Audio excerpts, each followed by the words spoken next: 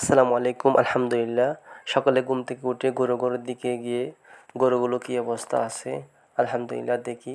দেখার পর গরুগুলোর যে গোবর আছে গোবরগুলো পরিষ্কার করে ফেলি। আসলে আমি কয়েকদিন ধরে খুব অসুস্থ ছিলাম। অসুস্থতার কারণে আমি আপনাদেরকে ভিডিও দিতে পারি নাই। আপনারা আমার জন্য দোয়া করবেন আমি যাতে তাড়াতাড়ি ভালো হয়ে যেতে পারি। আর আমার কাজ করতে খুব কষ্ট হলেও কী করব, যেহেতু আমার এই কাজ করতে হবে তাই আমি আমার নিজের কাজ করতেছি। যেহেতু স্বপ্ন দেখছি কষ্ট হলেও এই কাজ আমার চালিয়ে যেতে হচ্ছে।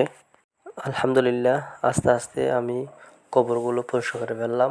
পরিষ্কার করার পর এখন ঝাড়ু দিয়ে যেগুলো নিচে আছে এগুলো আস্তে আস্তে পরিষ্কার করে ফেলবো। কারণ আমি এই তলাটা ধোয়াবো না পানি দিয়ে, কারণ ধোয়াইলে তাড়াতাড়ি এগুলো শুকায় না, সেজন্য আমি ধোয়াইতেছি না।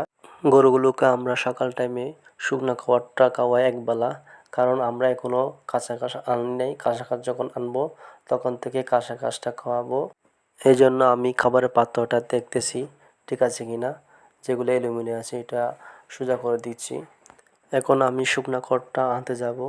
আমি আপনাদেরকে দেখাইছিলাম এই খড়ের পালাটা আগে কীরকম ছিল, এখন আলহামদুলিল্লাহ খড়গুলা টানতে খুব ভালো লাগে।